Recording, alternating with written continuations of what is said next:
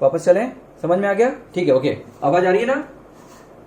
ठीक है, फिर से आराम से बच्चों। तो हम क्या पढ़ रहे थे? Effect of temperature on resistivity. Resistivity का फॉर्मूला लिखे तो दो पार्ट होते हैं, एक एब्सोल्यूट कांस्टेंट वाले पार्ट और एक टेम्परेचर डिपेंडेंट वाले पार्ट। हम यहाँ पे इफेक्ट ऑफ टेम्परेचर पढ़ रहे हैं, इसका मतलब एब्सोल्यूट को छोड़ दीजिए, आप टेम्परेचर डिपेंडेंट पार्ट देखिए। रेजिस्टिविटी कंडक्टर की या इंसुलेटर और सेमीकंडक्टर जो कि एक जैसे बिहेव करते हैं, इसलिए एक ग्रुप में रखा है मैंने, दो पार्ट में हम डिवाइड कर सकते हैं।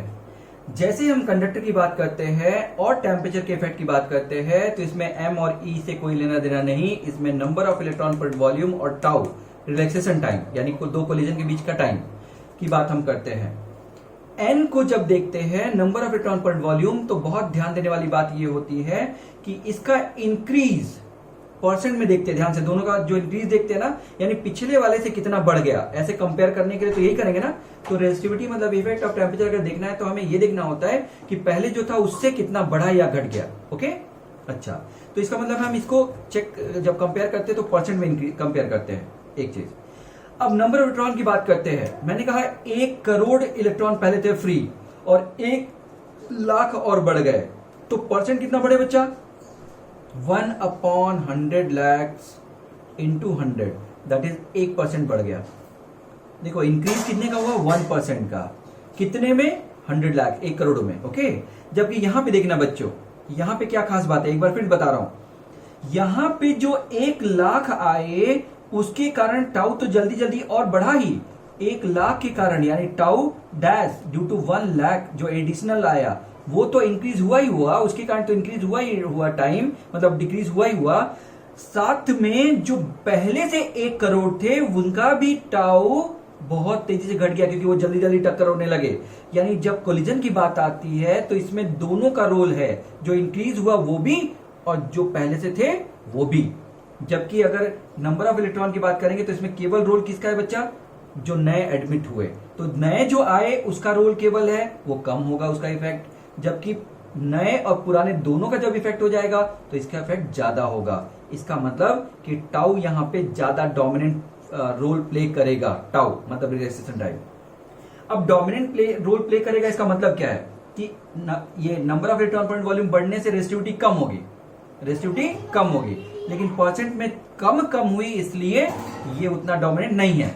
जबकि इसमें काफी ज्यादा इंक्रीज हुआ क्योंकि जो नए आए उन्होंने तो टाउ कम किया ही गया, जो पुराने थे वो भी जल्दी जल्दी टक्कर होने लगे क्योंकि हमने टेम्परेचर बढ़ा दिया, तो इसका रोल बहुत ज्यादा हो गया, इसलिए ये डोमिनेंट हो गया। और जब ये डोमिनेंट हो गया तो ओवरऑल इफेक्ट इसका दिखेगा, और so effect of tau will be more and dominant, so resistivity will, बोलिए, इंक्रीज।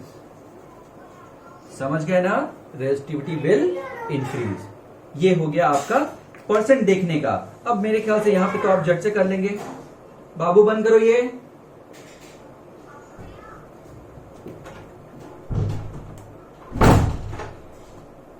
ओके, अब इसमें देखिए यही सेम चीज फिर से दोबारा देखो बच्चा। N number of electron, insulator और सेमीकंडक्टर में शुरू में 0 ही था, सोच के देखिए होता है क्या कुछ? नहीं। और बाद में कुछ भी बढ़ा, एन डैश हो गया, तो भैया परसेंट इंक्रीज कितना हुआ? Infinite percent. अरे हुआ कि नहीं? अरे कुछ नहीं था, 1 हो गया तो परसेंट इंक्रीज कितना हुआ बच्चा? इंक्रीज ही इंक्रीज हुआ, नीचे तो 0 ही था, तो इनफाइनाइट परसेंट हुआ ना। हाँ, जबकि टाउ भी ओके पहले नहीं था, लेकिन अब वो इतने दूर दूर थे कि उनका कोलिजन बहुत कम था। इतने दूर दूर थे, इलेक्ट्रॉन 1-2 अगर थे तो बहुत कम उसका टाउ था 1, और इतने दूर दूर है कि गर्म करने के बाद भी टाउ उतना डोमिनेट नहीं रहा या इसमें इतना इंक्रीज नहीं हुआ, मतलब टाउ में उतना डिक्रीज नहीं हुआ। कहने का मतलब कि दोनों, फिर से बोलो,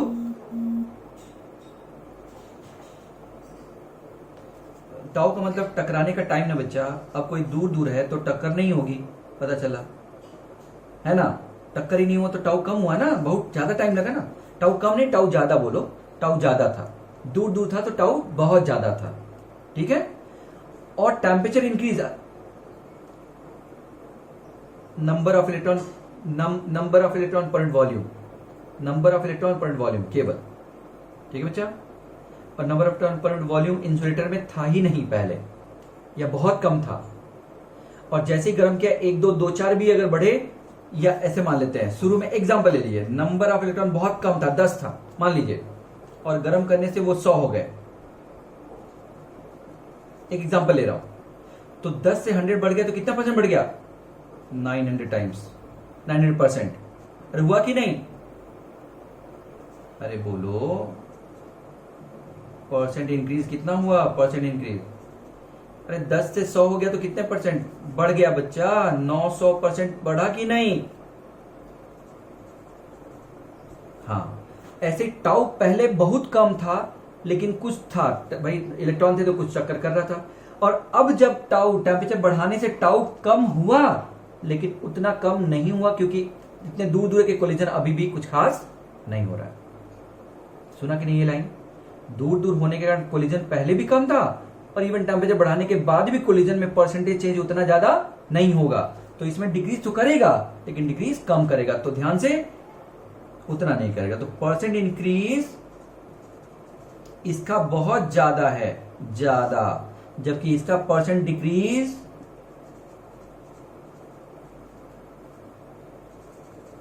कम होगा, कम होगा, इसका ज्यादा होगा। तो यहां पे डोमिनेंट कौन होगा दोनों में? Dominant will be N. हाँ, दोनों में एक ही जैसा होता है, क्योंकि शुरू में किसी में इलेक्ट्रॉन नहीं होते, जब गर्म करते हैं तब इलेक्ट्रॉन होते हैं, जब टेम्परेचर बढ़ाते हैं।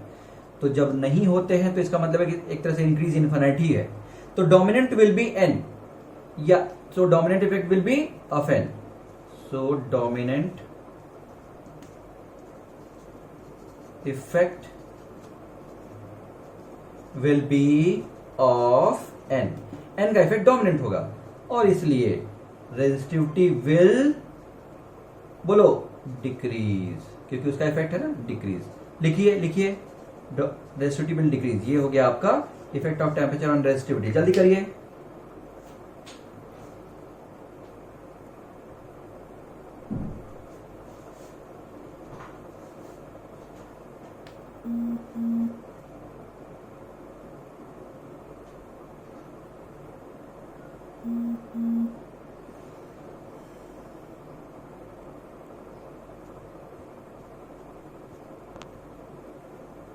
टाउ बढ़ नहीं रहा, डिक्रीज हो रहा है बच्चा, कैसे देखो।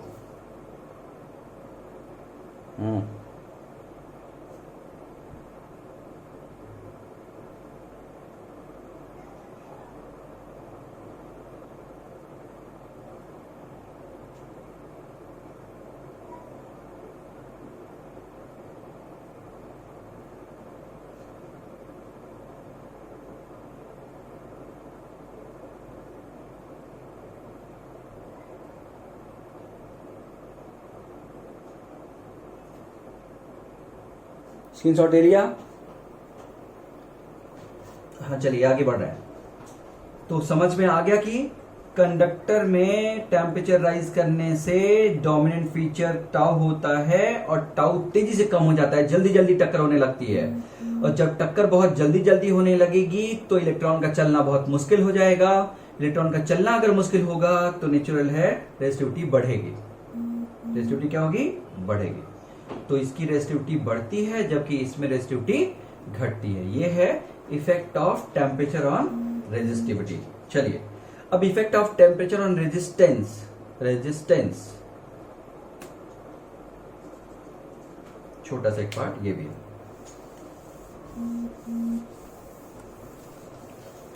अब भाई रेजिस्टिविटी बढ़ेगी तो उस हिसाब से रेजिस्टेंस भी उसी तरह से बिहेव करेगा, कुछ अलग थोड़ी बिहेव करेगा। इसका मतलब कि कंडक्टर का रेजिस्टेंस बढ़ता है और इंसुलेटर का रेजिस्टेंस घटता है। समझ गए? इंसुलेटर और सेमीकंडक्टर का, हाँ, तो वैसे बिहेव करेगा।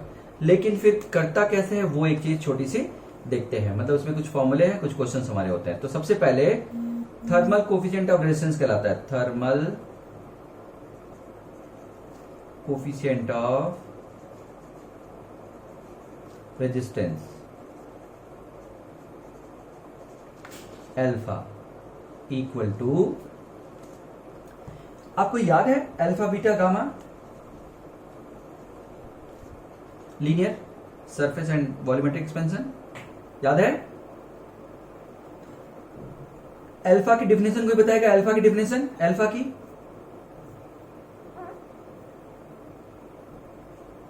Fractional change in length per degree rise in temperature. Beta की डिफिनेशन कौन बताएगा? बीटा की area per degree rise in temperature. Fractional change in volume per degree rise in temperature. Thermal coefficient of resistance कौन बताएगा? बताइए। Fractional change in resistance पर degree rise in temperature. Fractional change in resistance पर degree rise in temperature. समझ गए बच्चों? 1 2 3, 1 2 3। तो जैसा ये है एग्जैक्टली वैसा ये है। तो पहले तो ये याद कर लीजिए, जैसे क्योंकि ये याद है तो वो भी आपको याद है। और जब ये याद है तो उससे जरा देखिए, ये इनिशियल वाले को आर नॉट रख देते हैं, that is resistance at 0 degree Celsius, ठीक है ना? तब क्या होगा? तो इसको क्रॉस मल्टीप्लाई करते हैं। तो बच्चों इसको थोड़ा पहले इंटीग्रल फॉर्म में, मतलब डिफरेंशियल फॉर्म में लिख देते हैं, छोटा सा। अल्फा इक्वल टू क्या हो जाएगा बच्चा? dr बाई डी टी, अरे dr by D T into 1 by R. अरे यही होगा ना? आर मतलब उस इंस्टेंट पे। अब ये आर नॉट नहीं है, ये आर उस इंस्टेंट पे है। उस इंस्टेंट पे अल्फा, वेरिएबल अल्फा है। वो एवरेज की बात करें तो आर नॉट से शुरू कर सकते हैं, लेकिन ये किसी टाइम पे अल्फा है, किसी टेम्परेचर पे अल्फा है। बच्चों इसको सॉल्व करने के लिए क्या करूं मैं? इसको सॉल्व करने के लिए क्या करूं? 1 2 और ये 3। इसको सॉल्व करते हैं तो ऐसा करते हैं, alpha D T equal to D R by R का इंटीग्रेशन होगा कि नहीं? साफ नहीं दिख रहा है क्या?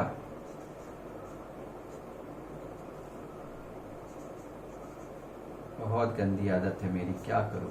लिख ही नहीं पाता हूं। थोड़ी देर में अभी याद तुमने दिलाया तो याद कर देते हैं, बड़ा लिख देते हैं, फिर भूल जाऊंगा। अब मैंने R D R by R को अलग और अल्फा डी टी को अलग कर दिया। इंटीग्रेट करिए, अल्फा कांस्टेंट है तो alpha delta T temperature change, okay, alpha delta T temperature change T2 minus T1 equal to, इसका क्या होगा बच्चा? किसी टेम्परेचर T1 टेम्परेचर पे, हाँ किसी टेम्परेचर T1 पे, बस एक मिनट, किसी टेम्परेचर T1 पे रेजिस्टेंस R1 है और T पे रेजिस्टेंस R है, तो ये हो जाएगा T minus T1 upper limit minus lower limit, है ना, equal to log R by R1 at the base E। Yes, अब ये आपको दिख जाएगा कि R कैसा एक्सपेंशन है बच्चा? अरे ये एक्सपेंशन कैसा है? एक्सपोनेंशियल, हाँ एक्सपेंशन कह रहा हूं, सॉरी, एक्सपोनेंशियल इंक्रीज है, ओके ओके। और ये T1 जो है वही R1 है। ये अगर T नॉट है तो ये R नॉट होगा, ये T2 है तो R2 होगा। ये एक्चुअल फॉर्मूला है जो आपके अभी तक नहीं पूछा गया है कोर्स में, ओके, लेकिन एक्चुअल यही है, डेफिनेशन बेस एक्चुअल यही है, ठीक है। इसका ग्राफ आप जानते हैं, ग्राफ खींच सकते हैं, एक्सपोनेंशियल है तो समझ गए ना, ग्राफ तो खींच सकते हैं ना, कोई भी ग्राफ है ऐसे करके, ठीक। अब इसको देखते हैं, दूसरा क्या है बच्चा? एक तरह से हम एक्सपोनेंट नहीं देखते, हम छोटे रेंज ऑफ टेम्परेचर क्या देखते हैं? For small range of temperature, for small range of temperature, छोटे टेम्परेचर रेंज के लिए, तब क्या होगा पता है? तब अल्फा इक्वल टू होता है delta R by delta T into 1 by R, ठीक है। आर कहां का? ये जो है आर इनिशियल लेते हैं, इनिशियल।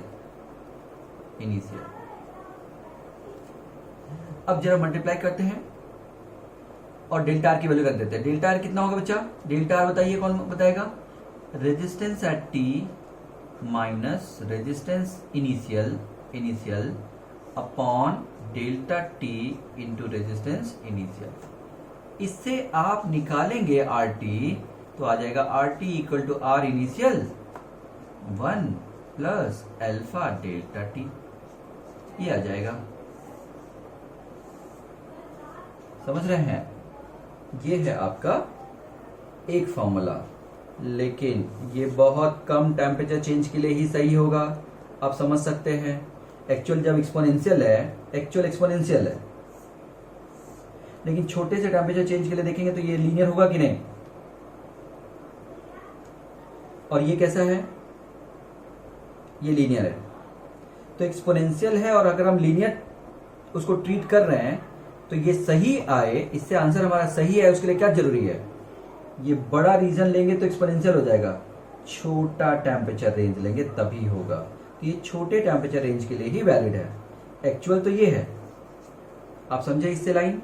तो ये एक्सपोनेंशियल ग्राफ है, लेकिन एक्सपोनेंशियल ग्राफ एक छोटे से रीजन के लिए अगर लेते हैं, डेल्टा टी के लिए, छोटे टेम्परेचर चेंज के लिए, तो हम क्या करते हैं? लीनियर देख लेते हैं। समझ गए? लेकिन बहुत छोटे चेंज के लिए है, ध्यान रखिएगा, बहुत छोटे चेंज के लिए। फॉर वेरी स्मॉल चेंज, इसका मतलब क्या बच्चा? फॉर वेरी स्मॉल चेंज का मतलब समझ में आता है? इसको ऐसे समझिए, तो कोई लिमिट है? वेरी स्मॉल चेंज का मतलब क्या? कितना छोटा? तो ये कोई बताने वाला नहीं है कि आपको कितना छोटा, ये आपको सोचना है। जितने छोटे के लिए आप यूज करेंगे, आंसर उतना ही सही आएगा। हाँ, और जितने बड़े के लिए यूज करेंगे, आंसर उतना ही गड़बड़ होता जाएगा। तो ये आपको डिसाइड करना है कि आपके ऑप्शंस कैसे हैं। अगर ऑप्शंस बहुत छोटे छोटे हैं तो 100%, बहुत नजदीक नजदीक हैं तो 100% इसको नहीं लगाना है। तो इसको लगाना है क्या? नहीं। तब किसको लगाना है वो बताता हूं। तब इसको लगाना है। अगर हम इसको इंटीग्रेट करें 0 से r तक, मतलब इंटीग्रेट नहीं, ऐसे रखें, तो यही ग्राफ, मतलब यही एक्सप्रेशन ऐसे हो जाता है। Alpha equal to R T minus R zero upon T minus zero into R naught. ये क्या हुआ, समझ में आ रहा है? इनिशियल रेजिस्टेंस कितना ले लिया? आर टी ले लिया। इनिशियल, अरे सॉरी, आर नॉट ले लिया। किस टेम्परेचर पे? 0 पे। तो इससे आपको मिल गया R T equal to R naught 1 plus alpha T, delta T नहीं। टी क्यों? क्योंकि दूसरा टेम्परेचर तो 0 है, इसलिए डिफरेंस टी ही आएगा। ये ले लिया। अब देखो बच्चों, ये बहुत छोटे टेम्परेचर रेंज के लिए है, ये थोड़े बड़े के लिए है, और बहुत बड़ा दे तो इसको कर सकते हैं, लेकिन अभी तक मैंने कहा पूछा नहीं गया है, लेकिन फिर भी दिमाग में रखिए, क्योंकि ये एक्चुअल है, ये एक्चुअल है, ये सबसे सिंपलेस्ट है, सबसे ज्यादा सिंप्लीफाइड है, और ये उससे थोड़ा एक्यूरेट देगा। मतलब यहां पे ऐसा देखिए कि R T two equal to R naught 1 plus alpha T two, ये टी टू पे रेजिस्टेंस है, और R T one equal to R naught 1 plus alpha T one, ये टी वन पे रेजिस्टेंस है। अब एक दे के दूसरा पूछे तो यहीं से निकालना है, R T two over R T one, R naught cut जाएगा, 1 plus alpha T two over 1 plus alpha T one. इसका यूज सबसे ज्यादा आपकी बुक में कराया जाता है, या आपके कोर्स में इसका यूज, ये लेंथ में भी आपने किया होगा, वहां पे भी, थर्मल एक्सपेंशन में भी। तो ये एक्चुअल है, यही सबसे ज्यादा यूज किया जाता है, आप लोग लिख लीजिएगा। ये तब यूज किया जाता है जब बहुत छोटा चेंज इन टेम्परेचर हो, और ये मेरे ख्याल से अगर दे देगा तो आप समझ रहे हैं कि कहाँ यूज किया जाएगा, जब डिस्टेंस, मतलब चेंज इन टेम्परेचर बहुत ज्यादा हो और बहुत एक्यूरेट हमें रिजल्ट निकालना हो। जल्दी से करिए, जल्दी से इसको।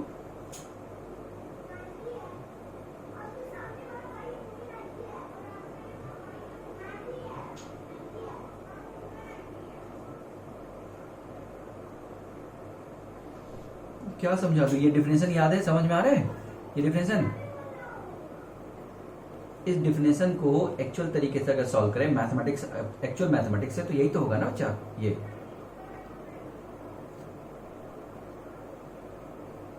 ये वाला देखो, ये क्या करते हैं ना, हाँ ये क्या है, केवल जिस जैसे ये किसी टाइम पे रेजिस्टेंस R1 है और थोड़ी देर गर्म करने पे R2 हो गया, तो ये जो थोड़ा सा गर्म करने से जो रेजिस्टेंस में चेंज आया ना, थोड़ा चेंज अगर आएगा तो ये लगा लेंगे आप डायरेक्ट। लेकिन ये फॉर्मूला तब लगाते हैं जब R0 दिया हुआ है, मतलब R0 से R1 और R0 से R2 ये चेंज लेके हमने ये यूज किया हुआ है। यानी इनिशियल R0 तो R2 पे कितना, RT2 पे कितना, इनिशियल R0 तो RT1 पे कितना, दोनों को डिवाइड करेंगे, R कट गया। मतलब ये देखिए, इसी में बाइनरी थ्योरम लगाएंगे तो ये आ जाएगा, देखिए डेल्टा टी, बाइनरी थ्योरम लगाएंगे तो ये T1 ऊपर जाके T2 में से माइनस हो जाएगा कि नहीं, ये ऊपर जाके बाइनरी थ्योरम में यही आंसर आ जाएगा। लेकिन ये ऊपर जाके बाइनरी थ्योरम लगा के इसमें से माइनस होगा, ये कब होगा बच्चा, जब T1 और T2 का जो, या ये बहुत छोटा हो, ये वैल्यू बहुत छोटी हो, ये वैल्यू बहुत छोटी हो, तब ये माइनस होगा। पता नहीं क्या बोल रहे हैं आप लोग, ये याद है 1 plus alpha upon 1 plus beta, अगर अल्फा बीटा बहुत छोटा हो तो 1 प्लस एल्फा माइनस बीटा लिख सकते हैं, इसको लिख सकते हैं ना। अरे बोलो भाई, बाइनरी थ्योरम में पढ़ाया मैंने बहुत फर्स्ट ईयर में, नहीं समझ में आया तो 1 प्लस एल्फा और ये 1 प्लस बीटा ऊपर जाके 1 प्लस बीटा होल की पावर माइनस 1, और 1 plus X whole to power N क्या होता है, 1 माइनस बीटा हो जाएगा, है ना, 1 प्लस एन एक्स। अभी दोनों मल्टीप्लाई करके आप सॉल्व करेंगे तो 1 प्लस एल्फा माइनस बीटा हो जाएगा, और प्लस एल्फा बीटा भी आएगा, लेकिन बहुत छोटा है तो उसको नेग्लेक्ट कर देंगे। तो यही है बच्चा, तो इसको सॉल्व करोगे ना बाइनरी थ्योरम लगा के तो ये आता है। इसका मतलब क्या है बच्चा, इसका मतलब ये बाइनरी थ्योरम लगाने पे ये आएगा। और बाइनरी थ्योरम कब लगता है, ये वाला बाइनरी थ्योरम कब लगता है, जब चेंज बहुत छोटा हो। तो चेंज T1 और T2 में चेंज बहुत छोटा हो तब ये होगा, अगर छोटा नहीं हो, थोड़ा बड़ा हो तो ये होगा, और बहुत बड़ा हो तो ये होगा। अरे कुछ समझे, ये बाइनरी थ्योरम अगर नहीं आया तो फिर देखना पड़ेगा आपको, ओके। लेकिन मैंने बताया कि ये देखिए, इसको बाइनरी थ्योरम लगा के ऊपर ले जाके सॉल्व करेंगे तो यही आ जाएगा।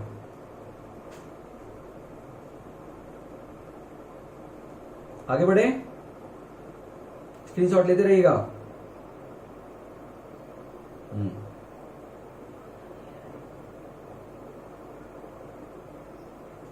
ठीक ठीक ठीक।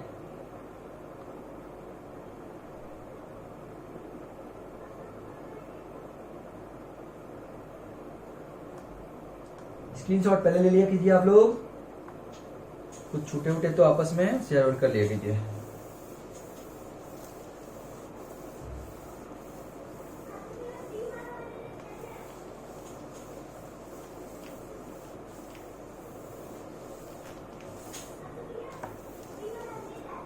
चलिए, तो ये हो गया आपका इफेक्ट ऑफ टेम्परेचर। अब अल्फा इक्विवेलेंट दो क्वेश्चन में पूछा गया है, इन सीरीज कॉम्बिनेशन और दूसरा इन पैरेलल कॉम्बिनेशन। लेकिन गिवन क्या है, मैं यहां पे देता हूं, गिवन क्या है, R1 ये है रेजिस्टेंस 1, R1 मतलब रेजिस्टेंस 1 है at 0 degree Celsius, and coefficient of linear expansion thermal expansion कितना है, अल्फा 1। दूसरा रेजिस्टेंस है R2 at again 0 degree Celsius, and thermal coefficient of resistance कितना है, अल्फा 2। ये क्वेश्चन समझ में आया आपको। अरे भाई दो रेजिस्टेंस है, ठीक है, दो रेजिस्टेंस, एक R1 है अल्फा 1 थर्मल का मतलब हाँ, और ऐसे ही R2 है, ठीक है, और ये इतना है। इसको एक बार सीरीज में जोड़ा गया और एक बार पैरेलल में।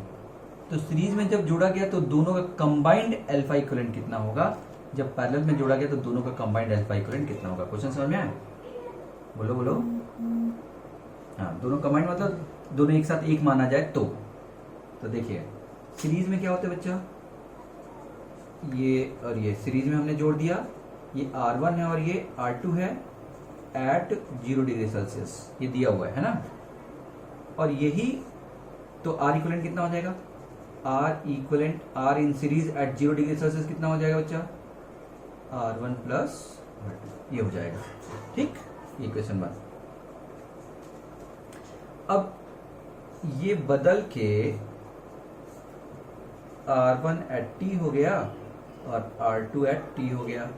ये कब हो गया? At T degree Celsius. तो अब resistance in series at T कितना हो गया? R1 at T plus R2 at T हो गया कि नहीं? बोलिए बोलिए। हाँ, तो अब ये हो गया और पहले ये था तो ये सेकंड हो गया।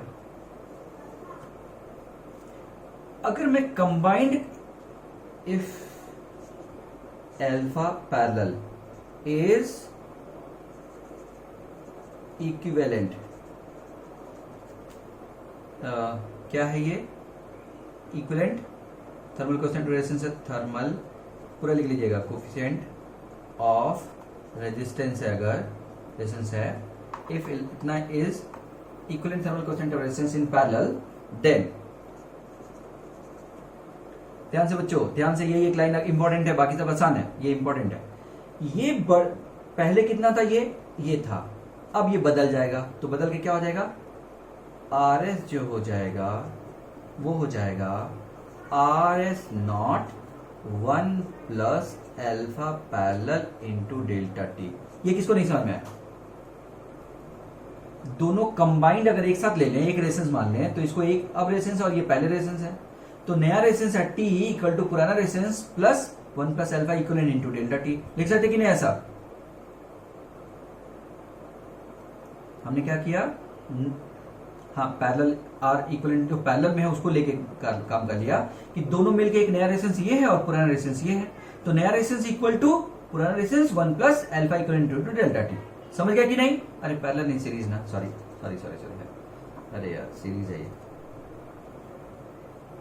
नया पुराने के बराबर नहीं होगा, इसलिए तो बदल गया ना। देखिए ये सब सीरीज में, सॉरी मैंने गलत कर दिया। समझ गए? ये लाइन समझ में आई सबको? बस अब ये वैल्यू इसमें रख दीजिए। हाँ हाँ हाँ, बोलो बोलो। लेट करना है, वही तो निकालना है, तो लेट कर लिया। ये लेट इफ इतना is equivalent thermal coefficient of resistance, then ये, समझ गए? डेल्टा टी, हाँ वो कर लेंगे, वो अभी सब कट जाएगा, उससे कोई मतलब नहीं है। समझ गए? ये लाइन समझ में आई कि नहीं सबको? फिर से रिपीट कर रहा हूं, ये कंबाइंड रेजिस्टेंस 0 पे है और ये कंबाइंड रेजिस्टेंस T पे है, तो नया T पे कंबाइंड रेजिस्टेंस इक्वल टू 0 पे कंबाइंड रेजिस्टेंस प्लस 1 प्लस दोनों एक साथ मिल रहे हैं, तो अल्फा इक्विवेलेंट वाला जो नया है डेल्टा टी। समझ गए ना सीरीज में? बस अब ये 1 ये 3 कर लो। हाँ 3, तो फ्रॉम 2 and 3, फ्रॉम 2 and 3 बताइए। RS0 1 plus alpha delta T equal to R1 कितना है बच्चा? ये R1 1 plus alpha 1 delta T को टी भी ले सकते हो आप, और प्लस दूसरा कितना है? ये वाला R2 1 plus alpha 2 delta T. बस हो गया। अब इसको सॉल्व कर लेना है, तो RS नॉट 1 से मल्टीप्लाई होकर यही तो देगा ना, R1 प्लस R2, और यहां पे भी R1 प्लस R2 ही है। ये देखिए सब रख के शॉर्टकट मार दीजिए, मैं मार रहा हूं आप। RS0 के बजाय R1 R2 रखिए, और यहाँ पे भी ये R1 है और ये R2 है, तो ये 1 इस 1 से कट जाएगा, पक्का? हाँ, RS के बजाय रख देंगे तो जो बचेगा, अच्छा डेल्टा, अब जो बन गया तो ये बचेगा डेल्टा टी, ये भी डेल्टा टी, ये भी डेल्टा टी, दोनों तीनों से डेल्टा टी कट जाएगा, कटेगा कि नहीं? तो बचेगा कितना? अल्फा एस बच जाएगा, alpha S equal to R1 alpha 1 plus upon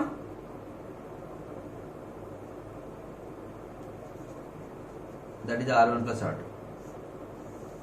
ये AFFE में आया हुआ क्वेश्चन है, ठीक है?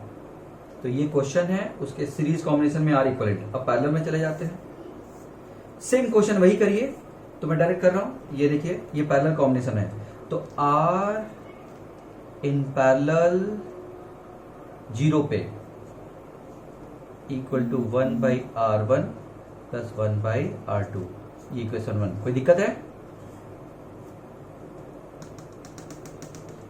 और ये 1/R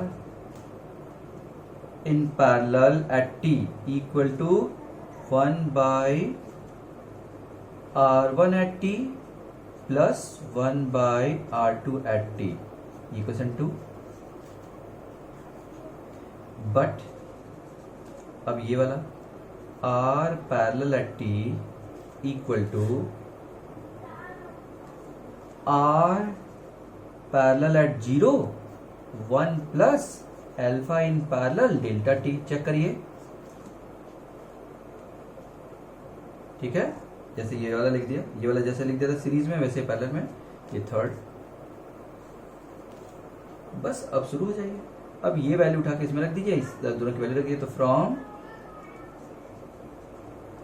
2 and 3, 2 और 3 से R 1/R parallel at 0 1 plus alpha parallel delta T equal to 1/R1T। अब R1T क्या होता है बच्चा? R1 1 plus alpha 1 delta T plus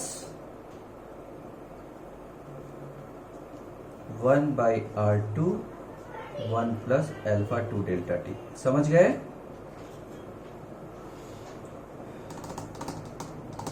अब देखिए ध्यान से, ये ऊपर ले जाइए, ये सब ऊपर ले जाइए, तो हो जाएगा 1 ध्यान से सॉल्व करने का तरीका R0, और ये ऊपर जाएगा तो हो जाएगा 1 minus alpha parallel delta T। Check करिए, बताइए सही है कि नहीं? नीचे से ऊपर जाएगा तो बाइनल थ्योरम, अरे पावर -1 और बाइनल थ्योरम लग जाएगा। कोई दिक्कत? किसी कोई दिक्कत? ये ऊपर जाएगा तो बाइनल थ्योरम से माइनस, यहाँ पे भी ऐसे 1/R1, ये भी कितना हो जाएगा 1 माइनस अल्फा 1 डेल्टा T, और 1/R2 1 minus alpha 2 delta T। समझ गए? बस, तो अब देखिए हो गया काम। ये देखिए, ये 1 और ये 1 गया, क्योंकि ये देखिए 1 से ये इसके बराबर है, ठीक है? अरे सही है। और जब ये गया तो डेल्टा T भी चला गया तीनों से, तो अल्फा पैरेलल इक्वल टू कितना बचा बच्चा? Alpha 1/R1 plus alpha 2/R2 over R parallel at 0। आप ये वैल्यू उठा के, हाँ ये वाला उठा के रख दीजिए, आपका आंसर आएगा अल्फा 1/R2, यहाँ पे R1 आया था ना, plus alpha 2/R1 upon R1 plus R2। Solve करके देख लीजिए, बस ये बदल जाएगा, बस और कुछ नहीं। जल्दी से नोट करिए, दोनों क्वेश्चन आए हुए हैं। चलिए, एक कॉन्सेप्ट है, ये क्वेश्चन नहीं है। जितना अच्छा हो जाए याद कर लो तो अच्छी ही बात है बच्चा। बाकी आप समझते रहे हो, नहीं तो निकालना उस समय तो पॉसिबल नहीं है कि तुरंत निकाल पाए हम लोग ना।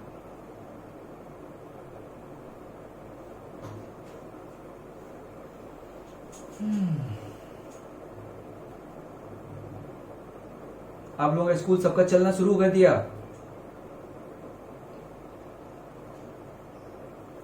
आज पेपर में मैंने पढ़ा कि 15 जुलाई से स्कूल खुलेगा ऑनलाइन, कुछ ऐसा बोल रहा था। गवर्नमेंट के लिए बोल रहा था क्या? गवर्नमेंट स्कूल के लिए शायद, प्राइवेट तो चल ही रहा है। क्या चीज? आज ही शुरू हुआ है। हाँ, बहुत लोगों का आज शुरू हुआ है, वैसे लोग बता रहे थे। चलिए,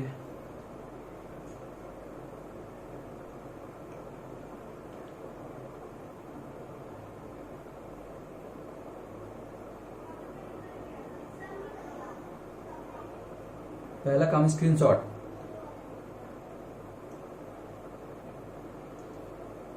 बाकी लोग भी।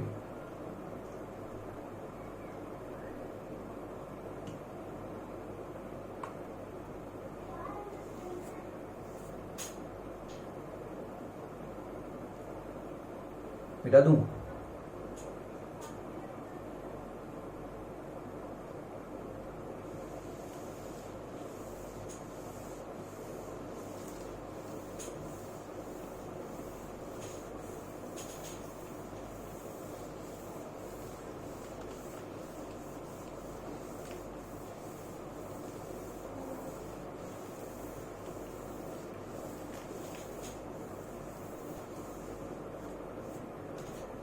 टीआईटीएस कैसा हुआ आपका?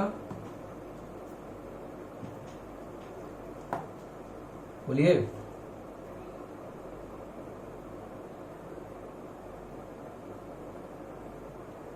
हटता नहीं आ रहे थे क्वेश्चन, तो आप लोग ग्रुप में पूछते नहीं है। एक तो क्वेश्चन जब नहीं आएगा तो उसको तो कंप्लीट करना पड़ेगा, देखना पड़ेगा ना कितना दूर थे उससे, आखिर में कितना दूर थे ये तो पूछना ही पड़ेगा ना बच्चा। गॉस थ्योरम से आया तो कोई नहीं हुआ वो क्वेश्चन?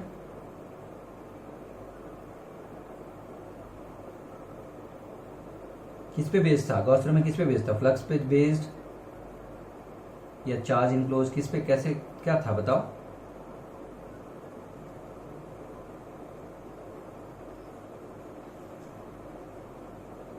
अच्छा, मतलब डाउनलोड नहीं हो पाया। ठीक है, चलिए सेंड करिए, फिर कल नेक्स्ट क्लास में डिस्कस करेंगे थोड़ा, ठीक है? पीछे पड़ो बच्चा, नहीं अगर आ रहा है तो उसके पीछे पड़ जाओ ना कि क्यों नहीं आ रहा है। आखिर में नहीं आ रहा है तो फिर पढ़ाई का कोई मतलब ही नहीं हुआ ना अभी तक। तो फिर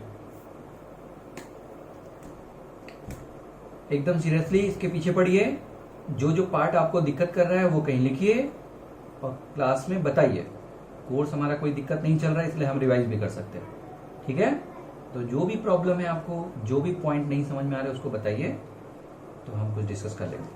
चलिए, ये हो गया दूसरा। बच्चों ये आप पढ़ लीजिएगा उससे, सुपर कंडक्टिविटी। सुपर कंडक्टिविटी ये बुक से पढ़ना है आपको। थोड़ा सा मैं बता दूं, किसी एनसीईआरटी से पढ़िए, एनसीईआरटी से कोई दिक्कत नहीं, एनसीईआरटी से। हाँ, बुक में नहीं है, बुक में बहुत कम है ही नहीं मेरे ख्याल से।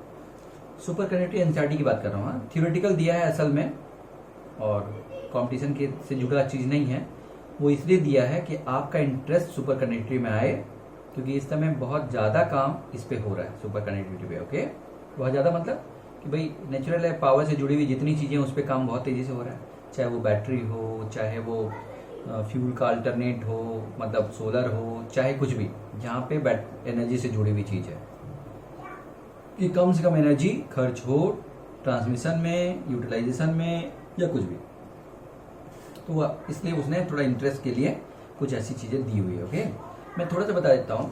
आप जानते हैं कि जो एटम्स होते हैं ना, वो इसके अंदर थोड़ा थोड़ा थोड़ा थोड़ा वाइब्रेट करते हैं, करते हैं ना वाइब्रेट। और जो फ्री इलेक्ट्रॉन है वो भी रैंडम मोशन चलते हैं, एकदम रैंडम, मतलब एकदम स्ट्रेट नहीं चलते, रैंडम चलते हैं। रैंडम चलने का कारण क्यों है, क्या है? ही टकराना, बार बार एटम से टकराना ही रैंडम मोशन का कारण है। तो एक उसके पास होती है थर्मल वेलोसिटी और एक होती है इलेक्ट्रिक फील्ड। तो ये जो थर्मल वेलोसिटी है वो तो उसके पास वेलोसिटी है, इनिशियल वेलोसिटी है, और इलेक्ट्रिक फील्ड उसको thermal velocity plus electric field, यानी V equal to U vector plus AT, a मतलब QE by M into tau, इस तरह से बिहेव कराती है। मतलब ये वेक्टर सम होगा इनिशियल वेलोसिटी और एक्सेलरेशन का इंटू T का, वेक्टर सम होगा ना। यानी अगर किसी टाइम पे थर्मल वेलोसिटी इधर है और एक्सेलरेशन अगर उस टाइम पे इधर है इलेक्ट्रिक फील्ड के कारण, और इधर T टाइम तक चला वो, तो ये इसके साथ जुड़ के जो वेलोसिटी की डायरेक्शन होगी वो ये होगी फाइनली। ओके, फाइनली मतलब बीच बीच में चेंज होता जाएगा। तो ये पहले ऐसे था और ये लग रहा है, तो ऐसे चेंज होते होते फाइनली वहां उस तरह का पहुंचेगा, है ना। फाइनली वहां पे जब पहुंचेगा तो उसकी वेलोसिटी की डायरेक्शन ये हो जाएगी, ये वाली रिजल्टेंट। समझ गए ना। मेरा कहने का मतलब ये है कि अगर इलेक्ट्रॉन का मोशन को हम एनालाइज करें तो उसके पास एक थर्मल वेलोसिटी होगी, एक उसका अपना इलेक्ट्रिक फील्ड होगी, और साथ में बहुत सारे बीच में क्या होंगे, मॉलिक्यूल और इलेक्ट्रॉन्स, एटम एंड इलेक्ट्रॉन्स, और वो जो वाइब्रेट कर रहे होंगे। तो कोई इलेक्ट्रॉन अगर चल रहा है और बीच का मीडियम वाइब्रेट, मॉलिक्यूल्स वाइब्रेट कर रहे हैं, तो इसके कोलिजन के चांसेस काफी ज्यादा है। और ये जो कोलिजन है ना, यानी इन सब के कारण कोलिजन के चांसेस ज्यादा है। कोलिजन ज्यादा रहता है due to vibration of molecule, vibration and random vibration of molecule and random motion of electrons मतलब इलेक्ट्रॉन भी रहेंगे या और भी इलेक्ट्रॉन होंगे ना, तो इनके कारण कोलिजन बहुत ज्यादा होता है और इसी के कारण एनर्जी का लॉस होता है। क्या कर रहा हूं, एनर्जी का लॉस होता है, जिसको हम कहते हैं कि रेजिस्टेंस में एनर्जी लॉस हो गई। तो रेजिस्टेंस क्या होता है वो समझ में आता है आप लोगों को। रेजिस्टेंस मतलब यही मॉलिक्यूलर या एटॉमिक एक तरह से हिंड्रेंस या रुकावट या इलेक्ट्रॉन का रुकावट, ये ही हमारा रेजिस्टेंस कराता है और ये एनर्जी का लॉस होता है। अब हमारा काम क्या है, हमारा काम यानी बैटरी का काम। तो बैटरी का काम क्या है या सेल का काम क्या है, इलेक्ट्रिक फील्ड प्रोवाइड करना, जो उसको फोर्स प्रोवाइड करता है। फिर से दोबारा एक बार टकराया, रुक गया, फोर्स प्रोवाइड किया, जिसके कारण उसका मोशन होता है और वो एनर्जी फिर से मिल जाती है, एनर्जी गेन करता है, फिर से इलेक्ट्रॉन फिर एनर्जी गेन करता है। तो इसका मतलब है कि एक टक्कर से दूसरी टक्कर के बीच में एनर्जी, जैसे दूसरा टक्कर होता है एनर्जी लॉस हो जाती है, और टक्कर के जस्ट बाद इलेक्ट्रिक फील्ड जो हमने लगा के रखा है कंडक्टर के क्रॉस, वो फोर्स लगाता है जिससे एनर्जी दोबारा गेन होती है। तो इस तरह लगातार एनर्जी गेन होती है, टकरा के लॉस होती है, गेन होती है, लॉस होती है। इसी को हम कहते हैं रेजिस्टेंस, या कहते हैं कि हीट, जो हमारी एनर्जी है वो हीट में बदल रही है, क्योंकि ये जो लगातार लॉस है वो हीट में कन्वर्ट हो जाता है। ये तो हो गया आपका होता क्या है एक्चुअली। अब बताइए कि मैं चाहता हूं कि ये जो क्या कहते हैं लॉस है वो बहुत कम हो जाए, तो क्या करूंगा बच्चों, सोचिए। मिनिमाइज लॉस करने के लिए बताइए, टू मिनिमाइज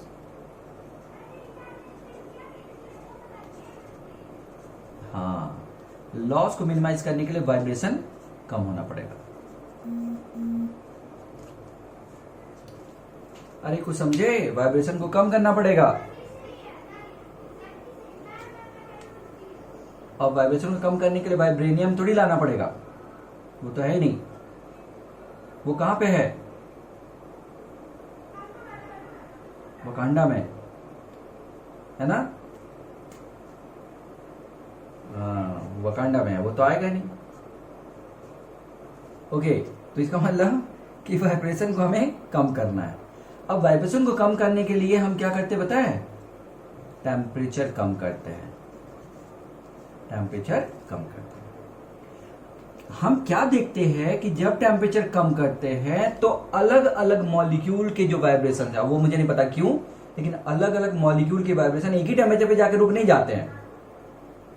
एक ऐसा टेम्परेचर होता है जहां पे जाके उनका वाइब्रेशन मिनिमाइज हो जाता है। समझ रहे हैं ना। डिफरेंट फॉर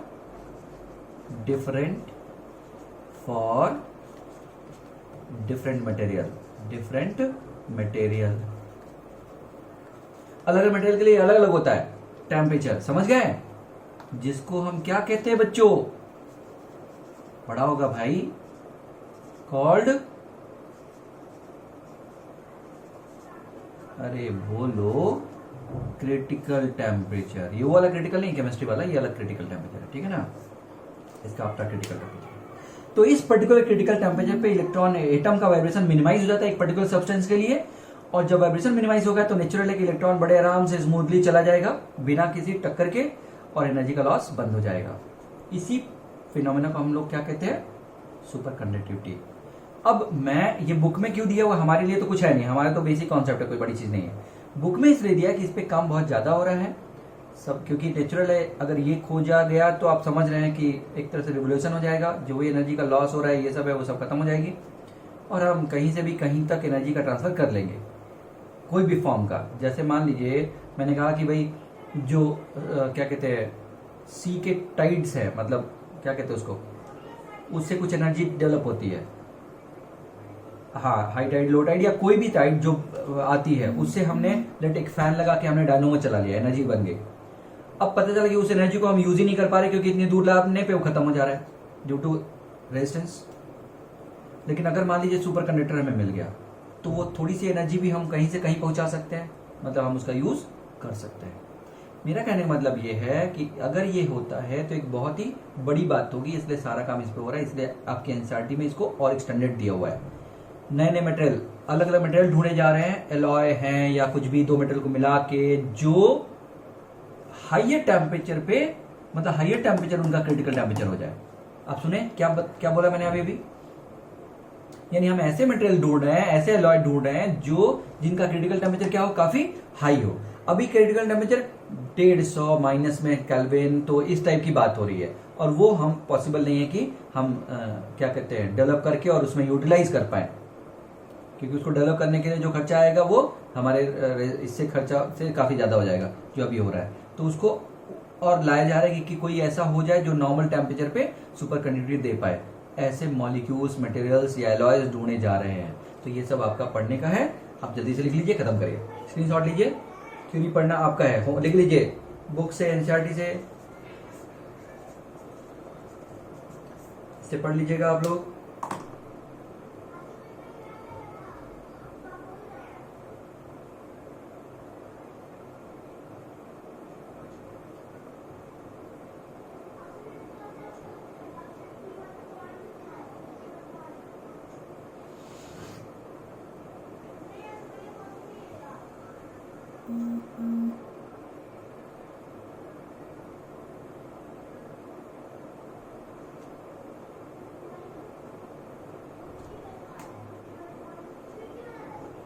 पिक्चर देखते हैं आप लोग, क्यों छुट्टी में पिक्चर विक्चर देख रहे हो कि नहीं? तो सारी सीरीज का मतलब पूरा खत्म हो गया कि बस अभी चल रहा है ये, क्या कहते हैं उसको, क्या कहते हैं, कौन सा है ये सब जिसमें आता है? और वेब सीरीज कहाँ टाइम होगा, मेरे ख्याल से तो उतना नहीं देख पाएंगे। हाँ, लेकिन ये जो अरे ये सब हीरोज वाली पिक्चर है भाई, हाँ मार्वल सीरीज, ये सब देख रहे हैं कि नहीं सब लोग? एवेंजर्स, यस, नया आ गई क्या?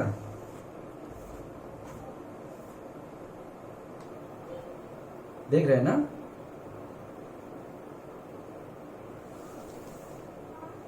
चलिए मिटा रहा हूं।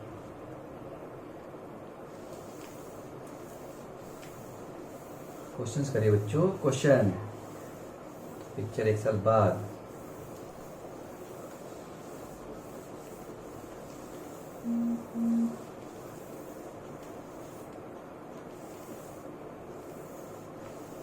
ओके, तो सुपर कंडक्टिविटी आप लोग पढ़ लीजिएगा, ठीक है ना। नेक्स्ट एक छोटा सा टॉपिक लिखे, थर्मिस्टर्स।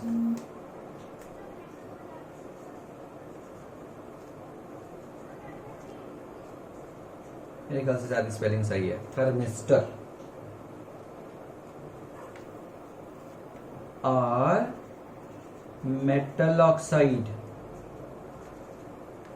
और मेटल ऑक्साइड्स, ये मेटल ऑक्साइड होते हैं।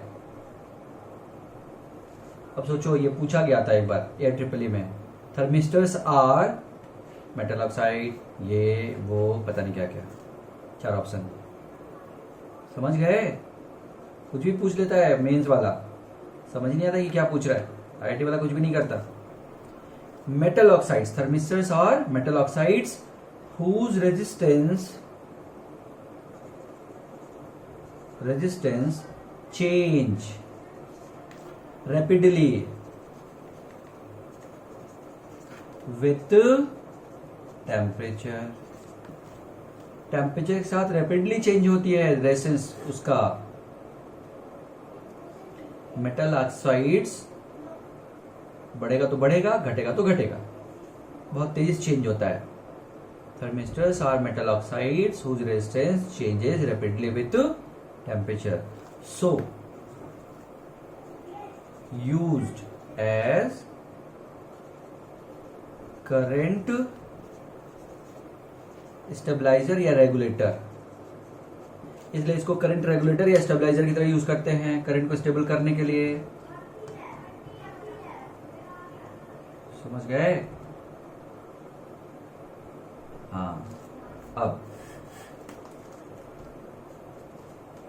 और अगर ऐसा यूज करते हैं तो कैसे करते हैं? मान लीजिए ये घर की आपकी सर्किट है, बाकी आपका बल्ब, पंखा, टीवी एंड सो ऑन जो भी है। थोड़ा गड़बड़ कर दिया मैं, समझ गया ना? ये सब पैरेलल में होते हैं, पैरेलल में होते हैं ना? तो ये सब पैरेलल में होते हैं, देखिएगा। हाँ, ये ऐसा और पैरेलल में, सब पैरेलल में होते हैं। ठीक है, तो मैं क्या करूंगा, एक वायर को यहाँ पे हटाऊंगा, तोड़ूंगा और यहाँ पे क्या लगा दूंगा, थर्मिस्टर्स लगा दूंगा। अब थर्मिस्टर के कारण क्या होगा, किसी टाइम पे इफ करंट जो आने वाली है वो इंक्रीज कर गई, करंट इंक्रीज कर गई, तो हीट बढ़ जाएगी, होगी कि नहीं? क्यों बच्चा? आई स्क्वायर आर, बोलो बोलो। तो अगर किसी टाइम पे सर्किट का करंट बढ़ गया तो हीट बढ़ जाएगा, हीट बढ़ेगा तो टेम्परेचर का क्या होगा, बढ़ जाएगा, टेम्परेचर भी बढ़ जाएगा। और टेम्परेचर बढ़ेगा तो क्या होगा बच्चा, रेजिस्टेंस ऑफ थर्मिस्टर क्या होगा, बढ़ जाएगा। और रेजिस्टेंस ऑफ थर्मिस्टर बढ़ जाएगा तो रेजिस्टेंस ऑफ सर्किट क्या होगा, वो बढ़ जाएगा। और रेजिस्टेंस ऑफ सर्किट बढ़ जाएगा तो करंट क्या हो जाएगा बच्चों, कम हो जाएगा। हाँ, इसका मतलब सर्किट का रेजिस्टेंस बढ़ा तो अंदर का इफेक्ट ऐसा हुआ कि उसने करंट को कम कर दिया, यानी बढ़ने को कम कर दिया, तो स्टेबलाइज किया ना। ऐसे उल्टा भी होगा, अगर करंट घटेगा तो हीट घटेगी, तो आई स्क्वायर आर घट जाएगा, तो टेम्परेचर घट जाएगा, तो रेजिस्टेंस घट जाएगा, तो सर्किट का रेजिस्टेंस घट जाएगा, तो करंट बढ़ जाएगी। तो समझे? ये है प्रोसेस, कैसे कंट्रोल करता है। जल्दी से 1 मिनट में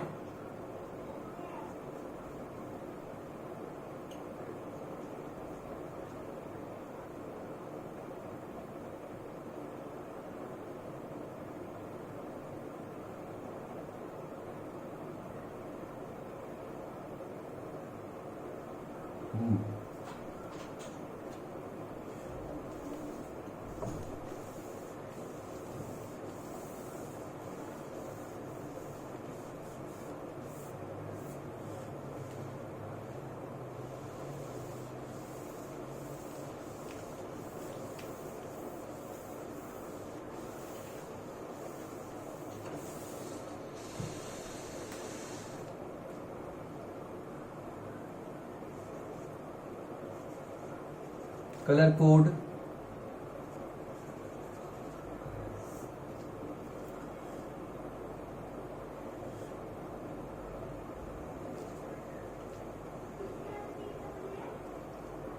अगर कभी आप कोई ट्रांजिस्टर या ऐसी कोई चीज या बैटरी या अपना मोबाइल ही टूट जाता है अगर, और उसका जो प्लेट होता है ना, अंदर का इलेक्ट्रॉनिक प्लेट, उसको निकालते हैं, तो आप उसमें छोटे छोटे, ये बहुत बड़ा बना रहा हूं, छोटे छोटे इस टाइप के स्ट्रक्चर्स देखेंगे जो प्लेट पे जगह जगह लगे रहते हैं, बहुत छोटे छोटे स्ट्रक्चर्स। तो ये जो स्ट्रक्चर्स होते हैं ना, छोटे छोटे स्ट्रक्चर्स, वो रेजिस्टेंस कहलाते हैं, रेजिस्टेंस कहलाते हैं।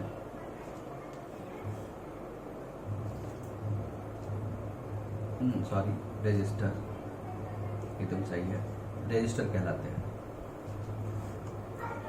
और रजिस्टर इतने छोटे होते हैं साइज में कि इसके ऊपर इसकी वैल्यू लिखना मुश्किल है, वैल्यू लिखना मुश्किल होता है। इतने छोटे होते हैं कि उसके ऊपर लिख नहीं सकते, इतना छोटा होता है कि लिखेगा तो दिखेगा नहीं। तो हम फिर क्या करते हैं, एक मेथड यूज करते हैं जिससे कि हम उसके जिससे कि हम रजिस्टर के रेजिस्टेंस को पता कर सके कितना है। तो उसके लिए इसको बड़ा बनाते हैं। ये बड़ा सा हमने बना दिया, ऐसा रहता है रजिस्टर, और उसमें 3 लाइन होती है, 1 2 3, और यहाँ पे 4 लाइन। इसकी कलर होती है, डिफरेंट कलर की लाइंस होती है ना, और कलर होता है B ROY, Great Britain, very good wife. कितने हो गए बच्चा?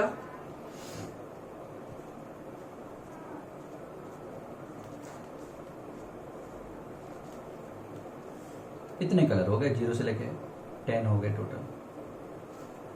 ब्लैक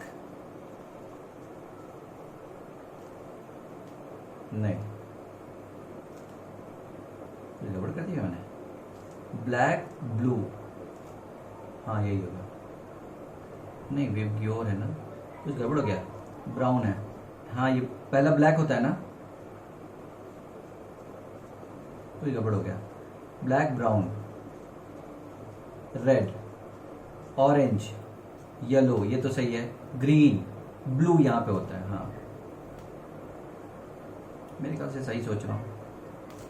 वॉलेट, हाँ ब्लू सही है, blue violet. Grey and white, grey and white. याद करिए, B ROY, Great Britain, very good wife. तो याद करिए इसको, B ROY, Great Britain, very good wife. अब बस एक बार ये देख लीजिएगा, मेरे ख्याल से तो मैंने सही लिखा है, फिर भी एक बार देख लीजिएगा। हाँ, black brown red orange yellow green, green green green green है बच्चा, वो तो व्हाइट के बगल में ग्रे, व्हाइट के बगल में ग्रे, ये वाला अलग है तो ग्रीन, ठीक ना। जी 2 बार आ रहा है, एक व्हाइट के बगल में है तो वो ग्रे वाला है, व्हाइट से मिलता जुलता ना, समझ गए। हाँ तो ये, अब देखिए बच्चा, फर्स्ट नंबर, सेकेंड नंबर, 10 की power, third number, plus minus fourth number. This first colour will be for first place, second color will be for second place, third color will be for third place, and fourth color will be for this fourth place. ठीक है। हाँ ये वाला फिर cut गया क्या? B ROY, Great Britain, मेरे ख्याल से कोई दिक्कत नहीं है, वेरी गुड वाइफ एक बार में याद हो जाएगा। अब बस ये याद रखना कि ब्लैक ब्राउन से शुरू है तो फिर लिखने में दिक्कत नहीं होगी। व्हाइट के बगल में ग्रे होगा, ध्यान रखना, क्योंकि जी 2 बार आ रहा है तो कंफ्यूज हो सकता है, ऐसे बी 3 बार आ रहा है तो ये गड़बड़ हो सकता है, इसीलिए दिक्कत है। जहां पे सेम रिपीट हो रहा है वही दिक्कत है, तो एक बार एक को किसी को याद कर लेंगे तो हो जाएगा। B black brown, B ROY, ठीक है ना। अब ये देखिए, first place, first colour is for first place, first colour को देख के उसका नंबर यहां पे आएगा, सेकंड कलर को देख के उसका नंबर यहां पे आएगा, थर्ड कलर को देख के उसका नंबर यहां पे आएगा, फोर्थ कलर को देख के उसका नंबर यहां पे आएगा। ठीक है, बस हो गया। उसके बाद कोई एग्जांपल लेते हैं। मान लीजिए मैंने एक ऐसा कुछ लिया, लेट रेड हो गया, येलो हो गया, लेट ग्रीन कर देते हैं। और ये जो ये वाला होता है ना, ये वाला, ये 3 टाइप का होता है, गोल्ड, सिल्वर और नो कलर। गोल्ड केवल 5% अनसर्टेनिटी या एरर हो सकता है, उसके लिए होता है। सिल्वर 10% की अनसर्टेनिटी या कलर होता है, उसके लिए होता है। और नो कलर 20% की अनसर्टेनिटी हो सकती है, मतलब बहुत अच्छा मेजरमेंट नहीं होगा, 20% का इधर उधर हो सकता है। चलो इसका निकाल के बताओ बच्चा। यहाँ पे सिल्वर है, मान लीजिए सिल्वर है, चलिए रेजिस्टेंस निकालिए। येलो है ये,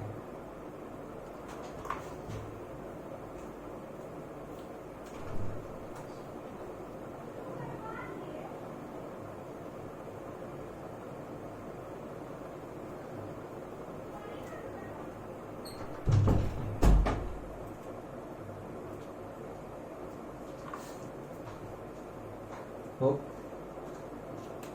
रेड कितना, हाँ अच्छा रेड के लिए आया, रेड 2 के लिए ना, 2 first place 2, second place yellow कितना है 4 इंटू 10 की पावर थर्ड, ग्रीन कितना है बच्चा 5 प्लस माइनस कितना परसेंट 15%।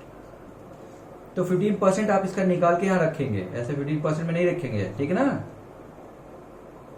अच्छा हाँ 10% सॉरी 10% निकाल के रखेंगे तो कितना आ जाएगा बच्चा 24 into 10 to power 5 plus minus 10% निकालेंगे तो 1 0 कट जाएगा,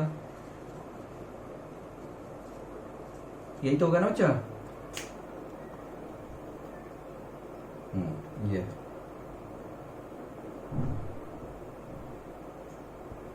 लिख लीजिए, स्कूल में आता ही है, स्क्रीनशॉट लीजिए, खत्म करिए। स्कूल में आता है ये, बोर्ड पे इधर तो नहीं आया, स्कूल में आता है। तो आज का बस लेक्चर ऐसे ही है, थोड़ा थ्योरेटिकल टाइप का। कितना टाइम बचा है अपने पास? ओके बेटा इसको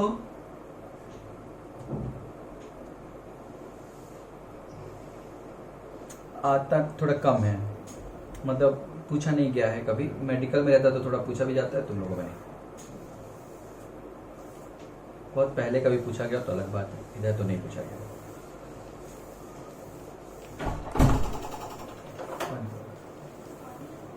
बंद करो।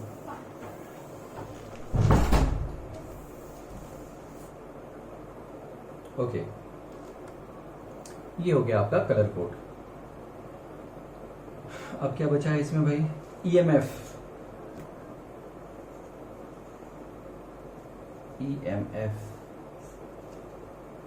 Electro motive force.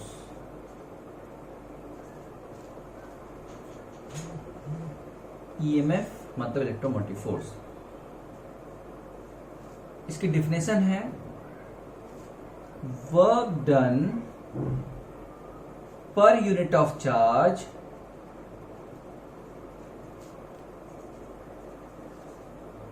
to move charge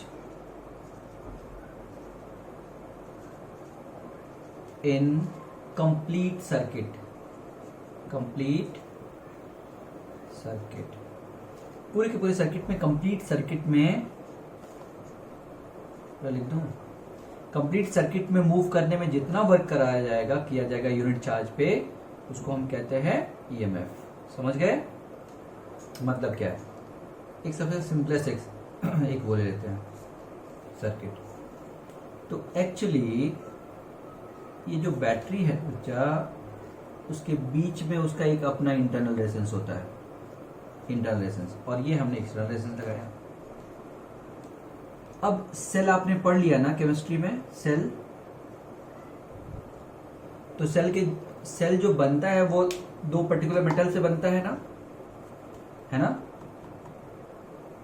हाँ तो 2 पर्टिकुलर मेटल से बनता है, तो उनका एक ऑक्सीडेशन रिडक्शन पोटेंशियल होता है, यानी ये पोटेंशियल डिफरेंस हमें कितना मिलेगा या ईएमएफ कितना मिलेगा, ये उसकी प्रॉपर्टी है ना।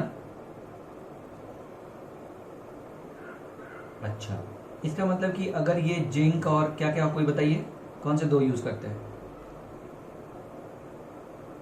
कोई भी सेल का एग्जांपल।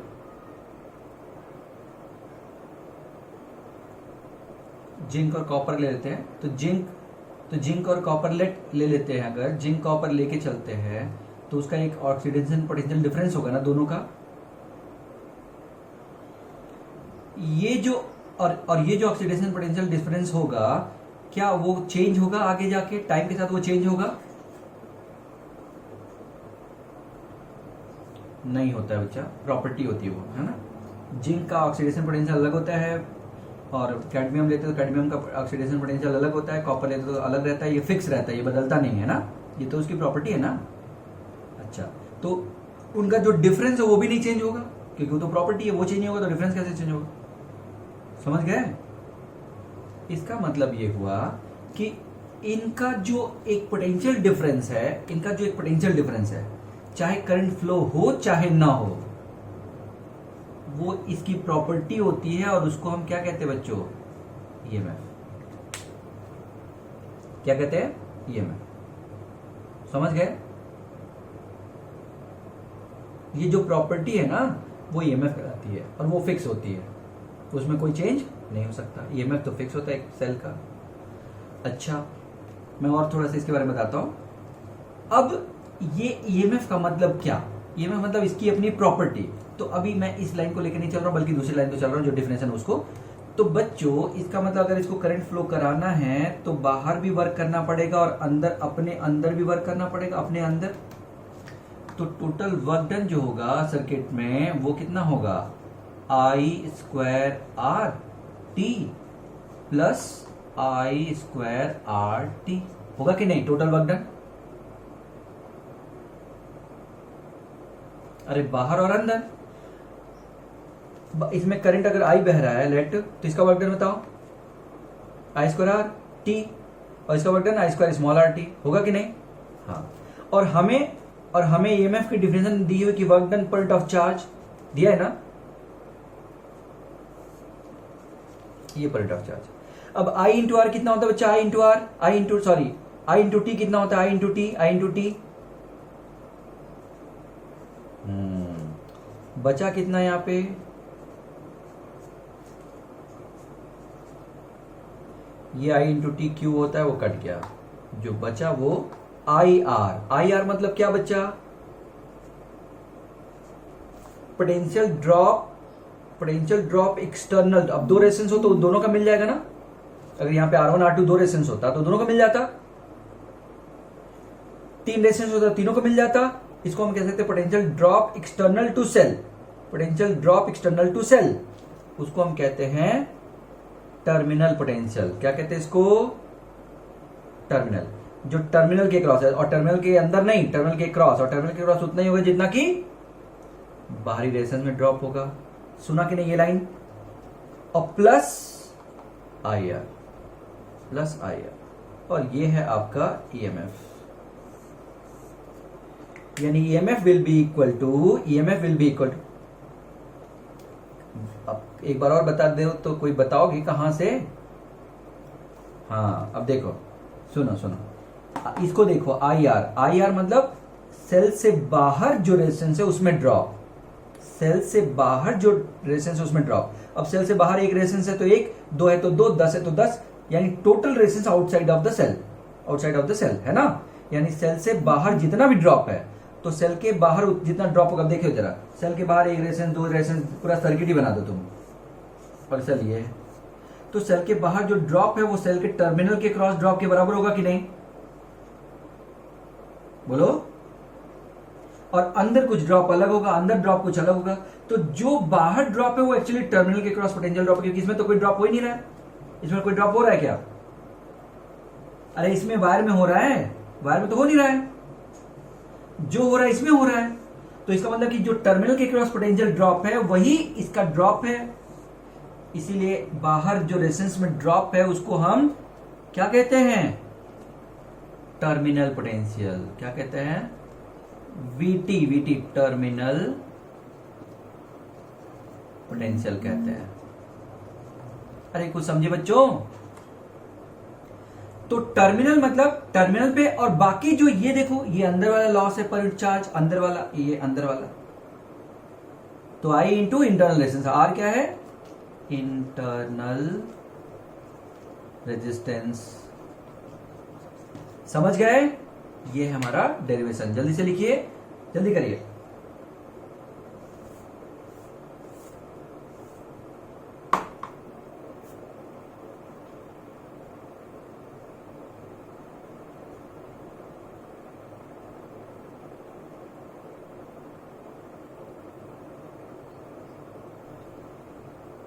खत्म होने वाला है टाइम। हाँ तो बस खत्म ही है, बस इसको डिफाइन कर दो एक बार ना। ये हो गया, एक छोटी सी डिफिनेशन और है। सुन लो बच्चा, बस सुन लो, खत्म हो गया। डाटा खत्म होने वाला है क्या तुम लोगों का? बढ़ाओ डाटा बच्चों। कब तक 1 घंटा 1.5 घंटा पढ़ोगे? 2-3 घंटा भी पढ़ सकते हैं हम लोग, कभी मन किया तो। वैसे आज नहीं मन कर रहा है, वो अलग बात है। सुनो सुनो, ये समझ में आ गया सबको? अब लाइन सुनो। इसका मतलब बच्चा, इसको ऐसे समझो, एक लाइन एग्जांपल सुन लो। बच्चा, तुम्हारे अंदर 100 जूल का एनर्जी है और तुम चुपचाप बैठे हुए कहीं कमरे में, और किसी ने कहा, पूछा कि कितना वर्क करोगे, कितना वर्क कर सकते हो, तो क्या बोलोगे? अगर तुम्हें पता है कि तुम्हारे अंदर 100 जूल की एनर्जी है तो 100 जूल करोगे, यही बोलोगे ना? 100 जूल काम करोगे, ये बोलोगे, क्योंकि तुम्हारे अंदर 100 जूल का है।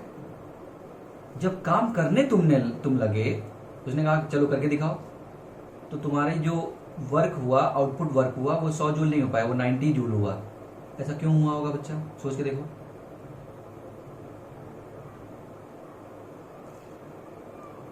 हाँ हाँ, क्या क्या क्या? कुछ एनर्जी, हाँ, अपनी बॉडी की मूवमेंट में भी तो एनर्जी लॉस होगी। अरे भाई, मसल्स वर्क करेगी तभी तो हम कोई काम करेंगे। अब इसको उठा के यहां रखने के लिए मसल को तो वर्क कराना पड़ेगा ना। तो मेरी एनर्जी कुछ किस में हो जाएगी लॉस? इंटरनल में। हाँ, तो जो मैंने आउटपुट किया, यानी 100 जूल, मैं यूनिट चार्ज पे 100 जूल वर्क कर सकता हूं, और जब मैं करने गया तो यूनिट चार्ज पे मैंने 90 जूल वर्क किया। ये कौन है बच्चों? Terminal potential. यस, ये कौन है? ईएमएफ। ईएमएफ। और बाकी कहां जा रहा है? अंदर लॉस में, इंटरनल लॉस। अरे कुछ समझे क्या होता है? मतलब ये क्या है आपका, बताइए, ये कौन है?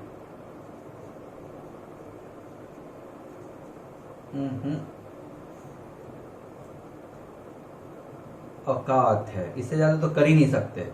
यानी ईएमएफ मतलब औकात, और इसका मतलब क्या है?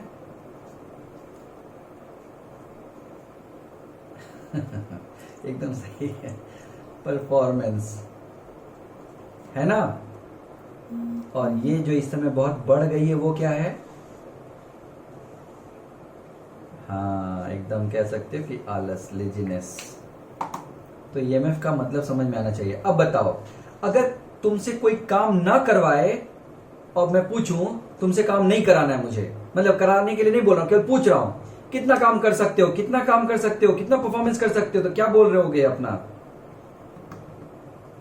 औकात के बराबर। अगर ये कब है? जब मैं काम करने को ना कहूं। औकात तो तब समझ, मतलब एक्चुअल परफॉर्मेंस तो तब समझ में आएगी ना जब काम करना होगा।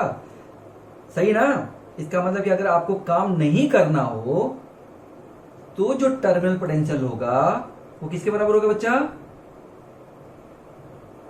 हाँ, तो ये एक दूसरी डिफरेंस ईएमएफ की। EMF is open circuit. Open circuit का मतलब क्या? ओपन सर्किट मतलब क्या? काम ना करना हो, करंट जीरो हो। काम ना करना हो मतलब, हाँ, जब वर्क ना हो रहा मतलब करंट ना फ्लो हो रहा हो, ओपन सर्किट। तो EMF will be open circuit. जब ये खत्म हो जाएगा तब ये इसके बराबर हो जाएगा। तो EMF will be open circuit what? Terminal potential.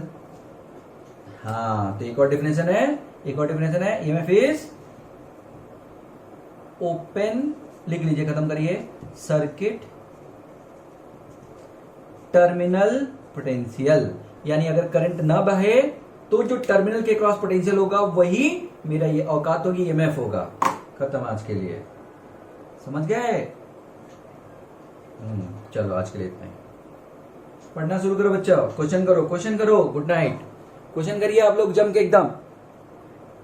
Good night बच्चों, good night, good night, good night, good night बच्चा।